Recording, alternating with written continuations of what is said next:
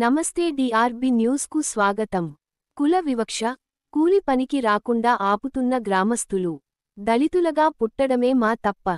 భద్రాద్రి కొత్తగూడెం జిల్లా, దమ్మపేట మండలం, నాగుపల్లి పంచాయతీ పరిధిలో ఉన్న అంబేద్కర్ నగర్ కాలనీలో ఉన్నటువంటి గూడ కుమారి అనే మహిళను ఆ ఊరికి చెందిన కొంతమంది పెద్ద మనుషులు తనను పనిలోకి రానివ్వకుండా ఇబ్బందికి గురి చేస్తున్నారని, ఆమెను కులంలో నుంచి వెలేసం, ఎవరన్నా గూడ కుమారిని మీతో పాటు పనికి తీసుకెళ్తే మీకు ఇబ్బంది తప్పదు అని హుకుం జారీ చేశారు.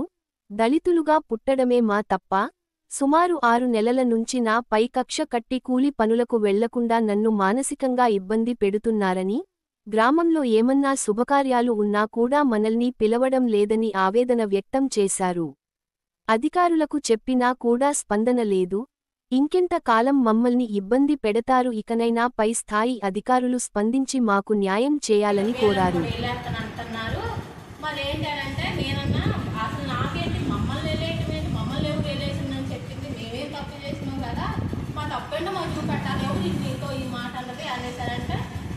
పెద్దోళ్ళు అన్నారు, నాకేం తెలుసు అని. పెద్దోళ్ళు అంటే పలానోళ్ళు ఆ పేరు ఉంటుంది కదా, ఆ పేరు ఏం పేరు నాకు తెలుసు, నేను వాళ్ళని అడుగుతాను అనేసి నేను అడిగితే వాళ్ళకి సల్లా పొన్నయ్య, గణపతి ప్రభాకర్ రావు, బడుగు ఆదినారాయణ, సల్లా సంజయరావు వీళ్ళు ఉన్నారంటే. ఇంకా ఒక 10 మంది దాకా ఉన్నారంట అక్కడ. కానీ ఆమె 5 పేర్లు చెప్పేసరికి వాళ్ళ అబ్బాయి తిట్టేసరికి ఇలా 5 పేర్లు చెప్పి ఆగిపోయింది. ఇలా 10 మంది దాకా ఉన్నారు. వాళ్ళు ఎట్లా అనుకుంటున్నారు, సరే నీ ఇష్టం, నువ్వు వెళ్తే ఎల్లు పనికి, కానీ మరి వాళ్ళు అంటారో ఏమో అనేసి అన్నది. అంటే సార్ నేను ఎమ్మట మళ్ళీ ఇంటికి వచ్చేసి అదే పెద్ద మనకి కనపట్టి ప్రభాకర్ రావుకి ఎమ్మటే ఫోన్ చేసి అడిగాను నేను, అన్న మమ్మల్ని వెళ్ళేసినారని అనుకుంటున్నారంట.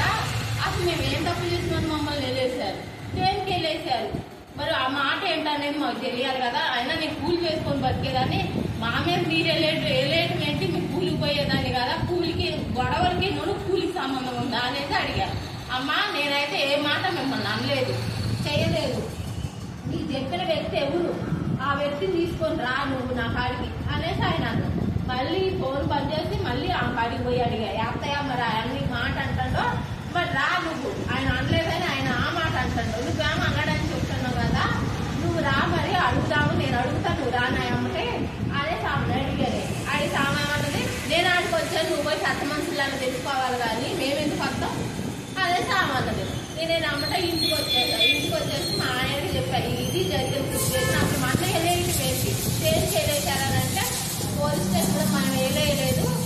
మా ఊర్లో ఏది జరిగినా కానీ ఆ వాళ్ళ ఇష్టం, ఇంట్లో వాళ్ళ ఇష్టం, వాళ్ళు పిలిస్తేనే ఎవరిమైనా అంటాం, పిలవకపోతే మేము వెళ్ళమని అంటున్నారు, మిమ్మల్ని పిలవలేదు, మీరు రావట్లేదు, వాళ్ళకి ఇష్టం లేదు, వాళ్ళు పిలవట్లేదు అనేసి మాట్లాడారు. అది జరిగింది.